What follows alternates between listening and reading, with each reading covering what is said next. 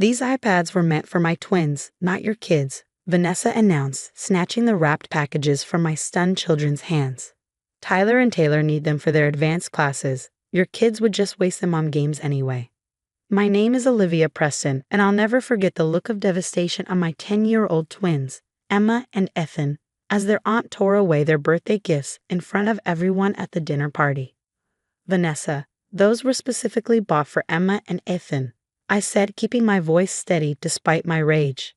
Their grandparents purchased those gifts for their birthday. I can do whatever I want in my house, she cut me off, her perfectly manicured finger pointing toward the door. And right now, I want you and your little budget family to leave. You're ruining the ambience of our dinner party. My husband, Mark, Vanessa's younger brother, finally spoke up. Come on, V, it's the kid's birthday. You can't seriously be. Actually, I am serious, she interrupted. My twins have their piano recital next month, and they need iPads for their sheet music. It's educational, unlike whatever your children would use them for. I glanced at my brother-in-law, David, silently pleading for him to intervene, but he just stared at his plate, avoiding eye contact. The silence was broken by my daughter's sob. Emma couldn't hold back her tears anymore. Ethan put his arm around his sister, trying to be strong even as his own eyes glistened. Let's go, I whispered, taking their hands. We don't need to stay where we're not wanted. The drive home was heartbreaking. From the back seat came the muffled sounds of my children trying to hide their disappointment. They had been looking forward to this birthday dinner for weeks, excited to celebrate with their cousins. Now they were heading home early, without their gifts, their special day ruined. I can't believe she did that, Mark said, his knuckles white on the steering wheel. My own sister. What's happened to her? I didn't answer. I was too busy thinking about the past 5 years, during which Vanessa had steadily become more entitled since David's promotion at the investment firm had catapulted them into a new tax bracket. We'll get you new iPads, Mark promised the kids, glancing in the rearview mirror. Better ones.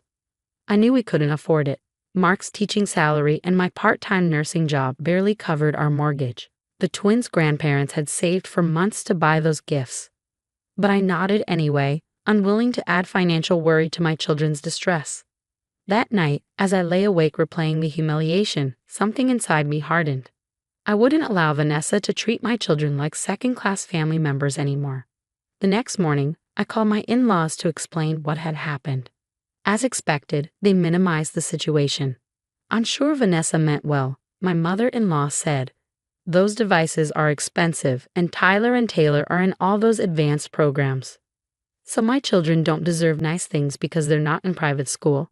I asked, trying to keep my tone civil. Of course not, dear, but perhaps simpler gifts would be more appropriate for them. Note your audience, as they say. I hung up feeling even more defeated. The whole family seemed determined to maintain Vanessa's position at the top. Over the next few weeks, I did some research on Vanessa and David's finances. Public records showed their mortgage, tax assessments, and incorporation documents for David's side business. Nothing invasive, just publicly available information that painted an interesting picture.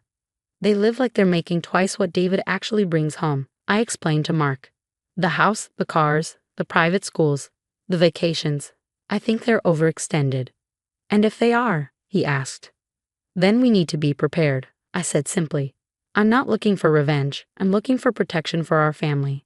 2 months after the birthday disaster, the first hint that my predictions were correct came from Mark's mother. Has Vanessa asked you for money recently? She inquired, her voice hushed. No, Mark replied, glancing at me. Why? She's asked us for quite a substantial loan. Something about temporary cash flow issues with David's work. After reassuring his mother that we hadn't been asked, Mark hung up and turned to me with raised eyebrows. It's starting, I said quietly. 2 weeks after that call, Vanessa herself reached out. It was the first direct contact since the birthday dinner fiasco. Olivia, I need to speak with Mark, she said when I answered, her voice lacking its usual haughtiness. He's teaching right now. Can I help you with something? A pause. We're having a small financial setback. David's firm is restructuring, and his position has been temporarily affected. I was hoping Mark might be able to help us with a short-term loan. I kept my voice neutral. How much are you looking for, Vanessa? 50,000, she replied, as if asking to borrow sugar. Just until David's situation stabilizes. We have the children's private school tuition due next week. I nearly choked. $50,000 was more than Mark made in a year. That's a substantial amount. I'll have to discuss it with Mark. Please do, she said curtly. And Olivia? This stays between family. No need for anyone to know about our temporary situation. After hanging up, I immediately called Mark at school. When he heard the amount Vanessa was requesting, he was speechless. We don't have that kind of money, he finally said. Even if we wanted to help her, which I'm not sure we do after how she treated our kids. I know, but this confirms what I suspected. They're in serious financial trouble. That evening we learned just how serious. Mark's father called, agitated and upset. David's been let go, he said. Not restructuring, fired. Something about risky investments with client money. There's talk of an investigation. Over the next few days, the family crisis deepened. Vanessa and David's financial house of cards was collapsing rapidly. He hadn't just been fired. He was under investigation for financial improprieties. Their mortgage was underwater, their credit cards maxed out, and the private school was threatening to expel the twins for unpaid tuition. Despite everything, I felt a twinge of sympathy, not for Vanessa, but for her children. Tyler and Taylor were innocent in all this, just like Emma and Ethan had been innocent at the birthday dinner. A week later, Vanessa appeared at our door unannounced. Gone was the designer outfit and perfect makeup. Her eyes were red-rimmed, her hair pulled back in a messy ponytail. Is Mark home? She asked, not quite meeting my eyes. He'll be back soon. Would you like to come in? She nodded and followed me to the kitchen, perching awkwardly on a chair. Our modest home, which she had once mocked as quaint and budget-friendly, now seemed to intimidate her. Coffee, I offered. Please. As I prepared it, she finally spoke. Everything's gone, Olivia. The house is being foreclosed. David's under investigation. We're selling everything just to pay for a lawyer. Her voice cracked. The kids are devastated about leaving their school. I placed the coffee in front of her. I'm sorry about the children. They don't deserve this. She looked up sharply, catching my deliberate echo of her own dismissive attitude toward my kids. I know what you must be thinking, she said. That I deserve this. That it's karma. What I think doesn't matter.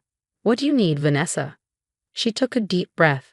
We need somewhere to stay. Just for a little while. The house, we have to be out by next week. My parents' place is too small, and David's family is in Europe. The request hung in the air between us. This woman who had humiliated my children, snatched their gifts, and cast us out of her home was now asking to move in with us. Before I could respond, Mark walked in, freezing when he saw his sister at our table. Vanessa? What's going on? She repeated her situation and request. Mark listened silently, then looked at me. We had already discussed this possibility in our contingency planning, but the reality was different from the hypothetical. We need to talk privately, Mark told his sister. Can you give us a minute? In our bedroom, he turned to me. What do you think? I thought about Emma and Ethan, how they had cried all the way home that night. I thought about the iPads that now sat in Tyler and Taylor's rooms. I thought about years of Vanessa's superiority and cruelty. Then I thought about what my own mother had always taught me. Be the person you needed when you were suffering. They can stay, I said quietly, but with conditions. Mark nodded, understanding exactly what I meant. She won't like them. She's not in a position to refuse. We returned to the kitchen, where Vanessa waited anxiously. We have a proposal for you, I said, meeting her eyes directly. But first, let me remind you of something that happened not too long ago at your house. Vanessa's face paled as I recounted that birthday dinner. My tone wasn't accusatory, just matter of fact, but each detail landed like a stone in still water. You humiliated my children on their birthday, I concluded. You took gifts their grandparents had saved for months to buy. You mocked our lifestyle and our values. And now you're asking to live in our home, the same little budget house you've sneered at for years. She stared at her coffee cup, unable to meet my eyes. I know, I was wrong. Yes, you were, Mark agreed, his voice firm but not unkind. And if we agree to help you now, things have to be different. I pulled out a folder and placed it on the table between us. These are our conditions. If you agree to them, you and your family can stay in our guest room, And the kids can share with Emma and Ethan until you get back on your feet. Vanessa tentatively opened the folder, her eyes widening as she read the first page. You want the iPads back? She asked, looking up. They were never yours to take, Mark said. They were gifts for our children from our parents. We want them returned, with an apology to Emma and Ethan. She nodded slowly. What else? You'll contribute to household expenses, I continued. Not much, we know your situation, but something to cover the additional utilities and food. You'll also help with household chores. We both work full-time, and adding 4 people to our home means more cooking, cleaning, and laundry. Vanessa continued reading, her expression shifting between disbelief and resignation. You want Tyler and Taylor to attend public school with your kids. It makes the most sense financially, Mark explained. Emma and Ethan go to the school where I teach. It's a good school, Vanessa. Your kids will be fine there. The final condition made her pause the longest. Family therapy? That's non-negotiable, I said firmly. This family has patterns that need to be addressed if we're going to live together, even temporarily. Your behavior toward us, our children's relationships, your parents' enabling, all of it needs to be discussed openly with a professional mediator. Vanessa closed the folder, her hands shaking slightly. You've clearly thought this through. We have, Mark confirmed. Because despite everything, your family, we want to help you, but not at the expense of our own children's well-being or our self-respect. She was quiet for a long moment, weighing her options, which we all knew were extremely limited. Finally, she nodded. I'll talk to David, but I think we'll accept your conditions. 3 days later, they moved in. The reunion between the cousins was awkward at first. Emma and Ethan were wary, while Tyler and Taylor were embarrassed and subdued. But children are remarkably adaptable, and by the end of the first week, all 4 were cautiously playing together. The iPads were returned with a strained apology from Vanessa and David. To my surprise, Tyler and Taylor had also insisted on writing apology notes to their cousins, expressing genuine remorse for what had happened. We didn't want to take your presents, Tyler confessed to Emma when they thought no adults were listening. Mom just took them, and we didn't know how to say no. The first family therapy session was tense but productive. Vanessa struggled to acknowledge the patterns of favoritism and materialism she had developed, while David had to confront his role in enabling her behavior through risky financial decisions. I wanted to give her everything, he admitted. I thought if I could just make enough money, be successful enough, she'd be happy. But it was never enough. Week by week, things began to shift. The practical realities of living in our budget home taught Vanessa and David lessons that no amount of lecturing could have conveyed. The necessity of carpooling, meal planning, and careful shopping became their new normal. The children adapted more quickly than the adults, with Tyler and Taylor discovering that public school offered friendships and opportunities they'd never experienced in their exclusive private academy. 1 month into their stay, I came home early from my nursing shift to find Vanessa at the kitchen table, surrounded by coupons and grocery ads. I figured out how to save $30 on this week's shopping, she said, looking up with a kind of pride I'd never seen in her before. And I'm making lasagna for dinner, enough for everyone, with leftovers for lunch tomorrow. I smiled, sitting down across from her. You're getting good at this. It's actually satisfying, she admitted, in a way I didn't expect. That night after dinner, as all 4 children worked on homework together at the dining table, Vanessa pulled me aside. I've been thinking about that birthday dinner, she said quietly. About how I behaved. I don't think I've properly apologized to you and Mark. You haven't, I confirmed. She took a deep breath. I'm sorry, Olivia. Truly sorry. I was cruel and entitled, and I was jealous. Jealous? I repeated, surprised. Of what? Of your family, your marriage, the way your kids look at you. Her voice caught. David and I had all the things, the house, the cars, the vacations. But you and Mark, you have something real. I think I always knew that, and it made me resentful. The honesty of her admission caught me off guard. It was the first time in all the years I'd known Vanessa that she'd shown genuine vulnerability. Thank you for saying that, I said simply.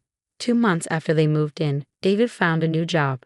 It didn't pay nearly what he'd made before, but it was honest work with a stable company. Vanessa started working part-time at a local boutique, discovering she had a talent for styling and customer service. when she wasn't looking down on the clientele. They found a modest apartment within their new budget and prepared to move out. The night before they left, we had a family dinner, not unlike the birthday celebration that had started everything, but with a completely different atmosphere. As we cleared the dishes together, Vanessa handed me a small box. "What's this?" I asked. "Open it," she urged. Inside was a delicate silver bracelet with 4 small charms, one for each of our children. "It's not expensive," she said quickly, "but I wanted you to have something to remember that sometimes the greatest gift isn't what we receive, but what we're willing to give when it's hard." I clasped the bracelet around my wrist, thinking about the journey we'd all taken. "Who would have thought," I said with a smile, "that losing everything would help you find something better?"